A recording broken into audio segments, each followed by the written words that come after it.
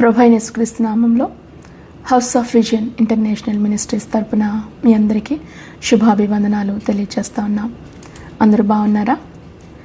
దేవుని వాక్యం నేర్చుకుందాం. జనవరి మాసం 7వ తారీఖు 2026వ సంవత్సరం. ఇర్మియా గ్రంథం 15వ అధ్యాయం 20వ వచనం. అప్పుడు నిన్ను ఈ ప్రజలను పడగొట్టజాలని ఇత్తడి ప్రాకారముగా నేను నియమించెదను. నిన్ను రక్షించుటకు, నిన్ను విడిపించుటకు నేను నీకు తోడేయుందును గనుక వారు నీతో యుద్ధం చేతురు కానీ నిన్ను జయింపకపోదురని యెహోవా సెలవిచ్చుచున్నాడు. ఈరోజు వాక్యానికి టైటిల్, నూతన సంవత్సరాన్ని దేవుని యొక్క బలముతో ఎదుర్కొనుట. దేవుడు మనల్ని బలమైన ప్రాకారాలుగా చేస్తానంటున్నాడు. ప్రవక్త అయిన ఇర్మియా ఆయన జీవించిన ఆ దినాలలో జాతీయ సంక్షోభం, భయం, తిరుగుబాటు, తీర్పు సమయంలో జీవించాడు. దేవుడు ఇర్మియాకి సులువైన మార్గాన్ని, లేదంటే చాలా కష్టం, బాధ ఏమి లేకుండా ఉన్న తేలికైన మార్గాన్ని వాగ్దానం చేయలేదు, కానీ యుద్ధానికి సమానమైన బలాన్ని ఇస్తాను అని వాగ్దానం చేస్తున్నాడు. నేను నిన్ను బలమైన ఇత్తడి ప్రాకారముగా నిన్ను చేస్తాను అని చెప్తున్నాడు దేవుడు. అంటే ఇది మానవ బలం కాదు, దేవుడు నిర్మించిన బలం, దేవుడు అనుగ్రహించే బలం. అది మనం తెచ్చుకునే బలం కాదు. యెషయా గ్రంథం 41:10 కూడా నేను నిన్ను బలపరుతును, నీకు సహాయం చేయవాడు నేనే, నీతి అనే నా దక్షిణ హస్తంతో నిన్ను ఆదుకుంటానన్నాడు ఆయన. ఈ వాగ్దానం 2023వ సంవత్సరం జూలై మాసం 28వ తారీఖు శుక్రవారం ఆరాధన జరుగుతున్నప్పుడు, ఆరాధనలో ప్రభు నాతో మాట్లాడినప్పుడు ఈ వాగ్దానం నాకు పూర్తిగా అర్థం కాలేదు, తెలియలేదు. కానీ సమయం కాలం జరుగుతున్నప్పుడు, పరిస్థితులు గుండా వెళ్తున్నప్పుడు దేవుడు ఈ వాగ్దానాన్ని స్పష్టంగా దేవుడు మరి నా జీవితంలో సంఘం విషయంలో అద్భుతంగా దేవుడు నెరవేర్చాడు. అనేకమైన వ్యతిరేకతలు ఎదురైనప్పటికీ కూడా దేవుడు తన ఉన్నతమైన హస్తాన్ని చాపి ఎవడను పడగొట్టజాలని ఇత్తడి ప్రాకారంగా దేవుడు నిలబెట్టాడంటే ఈరోజు మేమే సజీవ సాక్షులం ఈ వాగ్దానానికి. వాగ్దానం మీద మనసు పెట్టండి, దృష్టి పెట్టండి. ఈ వాగ్దానం పైన చేయి వేసి ప్రార్థన చేయండి. దేవుడు నిన్ను, నీ పిల్లల్ని అద్భుతమైన రీతిలో దేవుడు వాడుకొని నిలబెట్టి స్థిరపరచబోతా ఉన్నాడు. ఎందుకంటే భయంతో కాదు, పరిశుద్ధాత్మ ఇచ్చే అంతర్గత బలంతో మనం ఈ సంవత్సరాన్ని మనం ఎదుర్కొందాం. ప్రార్థించండి, ప్రభా నన్ను బలమైన గోడగా నువ్వు నన్ను నిర్మించు ప్రభా. మన ఎమోషన్స్ని బట్టి కాదు, మన యొక్క మానసిక ఒత్తిడిని బట్టి కాదు, కానీ ఆయన యొక్క వాగ్దానము ప్రకారము అడుగుదాం. యుద్ధం రాకముందే అడగండి, ప్రభా నన్ను బలపరచండి.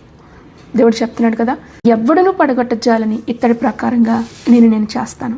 బలాత్కారుల చేతిలో నుంచి విడిపిస్తానంటున్నాడు, దుష్టుల చేతిలో నుంచి విడిపిస్తానంటున్నాడు.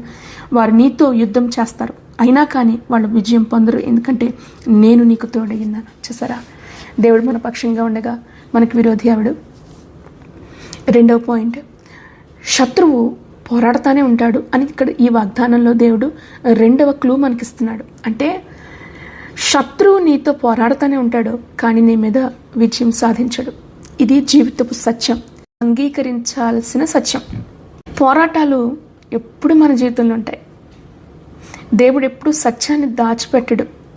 ఆయన అంటున్నారు, వారు నీతో పోరాడతారు, పోరాటాలు లేకుండా నేను నడిపిస్తాను అనలేదు దేవుడు ఇర్మియాతో. ఈరోజు మనతో తప్పకుండా పోరాటాలు ఎదురవుతాయి, అయితే శత్రువుకి మాత్రం నేను విజయం ఇవ్వను అంటున్నాడు దేవుడు. క్రొత్త సవాళ్ళు, క్రొత్త పరీక్షలు, వ్యతిరేకత, తెలియనివి అనేకమైన మార్గాల్లో ప్రభు నడిపిస్తున్నా ధైర్యంగా ఉందా? ఎందుకంటే దేవుని మీద ఆధారపడండి. దేవుని యొక్క వాగ్దానాన్ని జత చేసి ప్రార్థన చేయండి. దేవుడు ఇస్తున్న హామీ, నీ శత్రువు నీ మీద విజయము సాధించడు. యోహాను సువార్త 16:33 ప్రభు చెప్తాడు, లోకంలో మీకు శ్రమ కలుగుతుంది, అయినా ధైర్యంగా ఉండండి, ఎందుకంటే నేను లోకాన్ని జయించినాను. మీలో ఉన్నవాడు లోకంలో ఉన్నవాని కంటే గొప్పవాడు అంటున్నాడు కదా. నూతన సంవత్సరంలో అడుగుపెట్టిన మనం అడుగుదాం, ప్రభా యుద్ధాలు చూసి నేను భయపడకూడదు, ఆశ్చర్యపోకూడదు ప్రభా. యుద్ధం కలుగుతాయని చెప్తున్నావు కాబట్టి ధైర్యం తెచ్చుకుందాం. వ్యతిరేకత వస్తుంది, కానీ విజయం నీదే. విమర్శలు వస్తాయి, అయినప్పటికీ కూడా ప్రభు నిలబెట్టేది నిన్ను. వ్యతిరేకత పెరుగుతున్నప్పుడు భయపడద్దు. ఇప్పటికే దేవుడు నీ యొక్క విజయాన్ని దేవుడు ప్రకటించాడని మర్చిపోమాక. యుద్ధము రాకముందే దేవుడు విజయాన్ని ప్రకటించాడు. దేవునికి స్తోత్రం. ఎంత నమ్మదగిన దేవుడు. చేయి పట్టుకొని నీవు అడుగులు వేయడం దేవుడు నీకు నేర్పిస్తాడు. ఆయన చేయి పట్టుకొని ప్రతి స్థితిలో కూడా ఏ మార్గంలో వెళ్ళాలో, ఏ నిర్ణయాలు తీసుకోవాలో, ఏ పరిస్థితిలో నీవు ఎలాగ ఉండాలో ఆయన నడిపించే దేవుడు ఆయన. దేవునికి స్తోత్రం. మూడవ అంశం, ప్రభు చెప్తున్నాడు, నేను మీతో ఉన్నాను గనుక, నేను మీకు తోడై ఉన్నాను గనుక వారు నీ మీద విజయము పొందజాలరు. చూసారా, ఇక్కడ మన యొక్క సీక్రెట్, మన యొక్క విజయానికి సీక్రెట్ ఏంటంటే ప్రభు మనతో ఉన్నాడు. ఇక్కడ ప్రభు 2 వాగ్దానాలు ఇస్తున్నాడు. ఒకటి, నిన్ను రక్షిస్తాను అంటే హాని, కష్టం, నష్టం నుంచి నిన్ను రక్షిస్తాను. రెండవది, నిన్ను విడిపిస్తానంటే నీవు చిక్కుకున్నట్లుగా అనిపించినప్పటికీ కూడా నేను బయటికి తీసుకొస్తాను. దేవునికి స్తోత్రం. ఎంత నమ్మదగిన దేవుడు, ఎంత నమ్మదగిన దేవుడు. ధైర్యం తెచ్చుకుందా. నిజంగా మీ భక్తి మీకు ధైర్యాన్ని పుట్టిస్తుందా? ప్రభు యందు విశ్వాసం ప్రతిరోజు కూడా ఒక్క రోజు కంటే మరొక రోజు, ఒక అడుగు కంటే మరొక అడుగులో ధైర్యంతో, విశ్వాసంలో మనం ముందుకు సాగగలుగుతున్నామా? అద్భుతమైన వాగ్దానాలు దేవుడు మనకు పొందుపరిచినప్పుడు ఆ వాగ్దానాలను బట్టి మనం ధైర్యం తెచ్చుకోవాలి కదా. మనలో ఎక్కువ అవుతున్నప్పుడు బిగ్గరగా మనం చెప్పాల్సింది ఏంటో తెలుసా? దేవుడు నాతో ఉన్నాడు. అవును, ప్రతిరోజు ఆయన సన్నిధి నాతో ఉంటుంది అన్నారు. నేను నా పైన కాదు, నా దేవుని పైన ఆధారపడతానని చెప్పగలగాలి. దేవుడు 4వ అంశం, 4వ పాయింట్ ఈ వాగ్దానం ద్వారా దేవుడు మాట్లాడింది ఏంటంటే తెలుసా? నిన్ను నిలబెట్టడానికి సిద్ధం చేస్తున్నాడు. పారిపోవడానికి కాదు, నిలబెట్టడానికి ప్రభు నేను సిద్ధం చేస్తున్నాడు. విశ్వాసంలో దృఢముగా ఉండండి. నూతన సంవత్సరపు యొక్క పిలుపు ఏంటో తెలుసా? ధైర్యం తెచ్చుకో, దృఢంగా నిలబెట్టు, పరిస్థితులను చూసి పారిపోకు. పారిపోవాలి అనుకుంటే గుర్తుపెట్టుకోండి, ఎక్కడా కూడా నువ్వు నిలబడలేవు. నీ జీవితంలో నువ్వు పారిపోతూనే ఉండాలా. కానీ ప్రభు ఈ వాగ్దానం ద్వారా మాట్లాడుతున్నది, నిన్ను నేను నిలబెడతాను.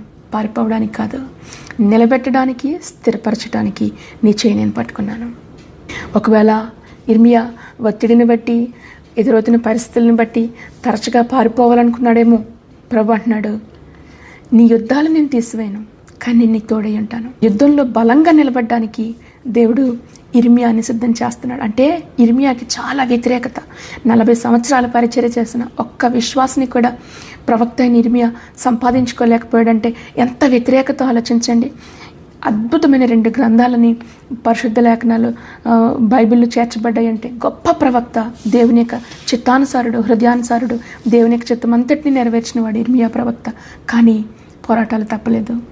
జీవితంలో మనం తెలుసుకోవాల్సింది, అంగీకరించాల్సింది ఒక్కటే, దేవునితో మనం ఎంత దగ్గర అవుతామో అంతగా మన జీవితంలో పోరాటాలు, వ్యతిరేకతలు మనల్ని ఎదురవుతూ ఉంటాయి. కానీ దేవుడు మనల్ని కదలనివ్వడు. కంచు కోటగా దేవుడు చేస్తానంటున్నాడు. దేవునికి స్తోత్రం, హల్లెలూయా.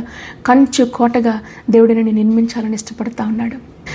కీర్తనల గ్రంథం 46వ అధ్యాయం 1-2 వచనాలంటే దేవుడు మన ఆశ్రయం కనుక మనం భయపడం. ఎందుకంటే బలం అంటే సమస్యలు లేకపోవడం కాదు, కానీ బలం అంటే సమస్యల మధ్యన నువ్వు నిలబడగలగడం, సామర్థ్యం కలిగి నువ్వు నిలబడడం. చూసారా, మనం పారిపోయేవారం కాదు, దేవుడు మనం నిలబెట్టే దేవుడు కనుక మనం నిలబడదాం. మనం నిలబడాలని దేవుడు ఆశపడుతున్నాడు కనుక మనం నిలబడదాం. మనం దేవుని చేత బలపరచబడదాం. ప్రతి యుద్ధం కూడా ఒక సాక్ష్యంగా దేవుడు మార్చబోతా ఉన్నాడు. సంఘంపై ఎటువంటి దాడి కూడా శత్రువు యొక్క దాడి, శత్రువుకి దేవుడు విజయాన్ని ఇవ్వడు. శత్రువు నీ మీద విజయాన్ని సాధించలేడు. ప్రభు స్వయంగా ఆయనే మన రక్షకుడు, ఆయనే మన విమోచకుడు. అధ్యాయం 7వ వచనం ప్రకారం కొందరు రథాలను బట్టి, కొందరు గుర్రాలను బట్టి అతిశయపడతారు, కానీ మనమైతే మన దేవుని నామాన్ని బట్టి, ఆయన ఇంకా ఇంకా తెలుసుకోవడాన్ని బట్టి అతిశయపడదాం. దేవుడు మన పక్షంగా ఉండగా మనకి విరోధి ఎవ్వరూ కూడా లేరు.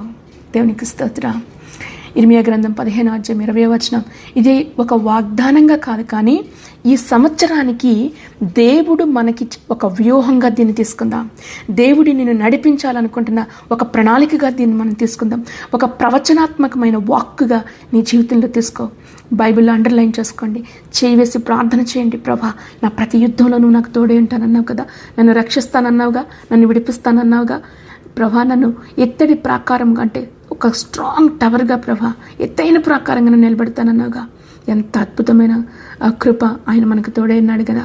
కనుక దుష్టుల చేతిలో నుంచి, మనల్ని బాధించే వారి చేతుల్లో నుంచి, బలాత్కారుల చేతుల్లో నుంచి ఆయన మనల్ని విడిపించే దేవుని కనుక గుర్తుపెట్టుకోండి.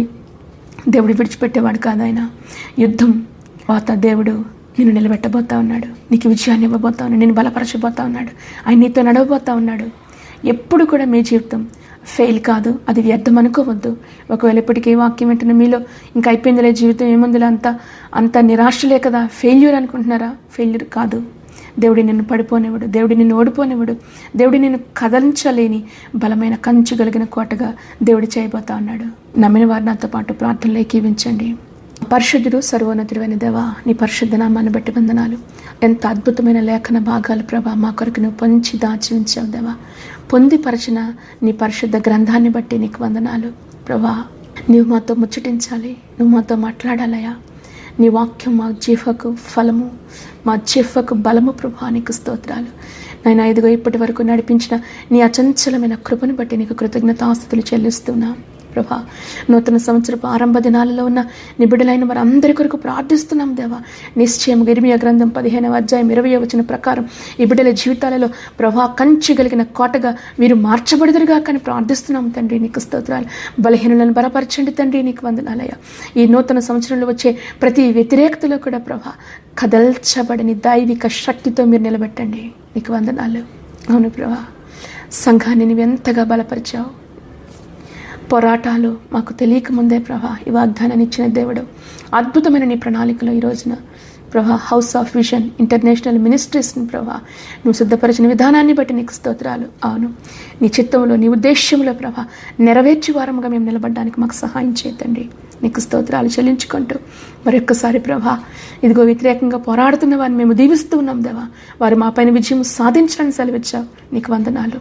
ఎదుర్కొంటున్న ప్రతి సమస్యలో కూడా నీ బిడ్డలకు విజయం దయచేసి ధైర్యంతో నిలబెట్టమని, ఈ దినమంతా కూడా కావలసిన నడిపింపు, కాపుదల, భద్రత నీ బిడ్డలకి ఇచ్చి నడిపించమని ప్రభువైన యేసుక్రీస్తు నామములో ప్రార్థించి నీ బిడ్డలను ఆశీర్వదిస్తున్నాము తండ్రి. ఆమేన్.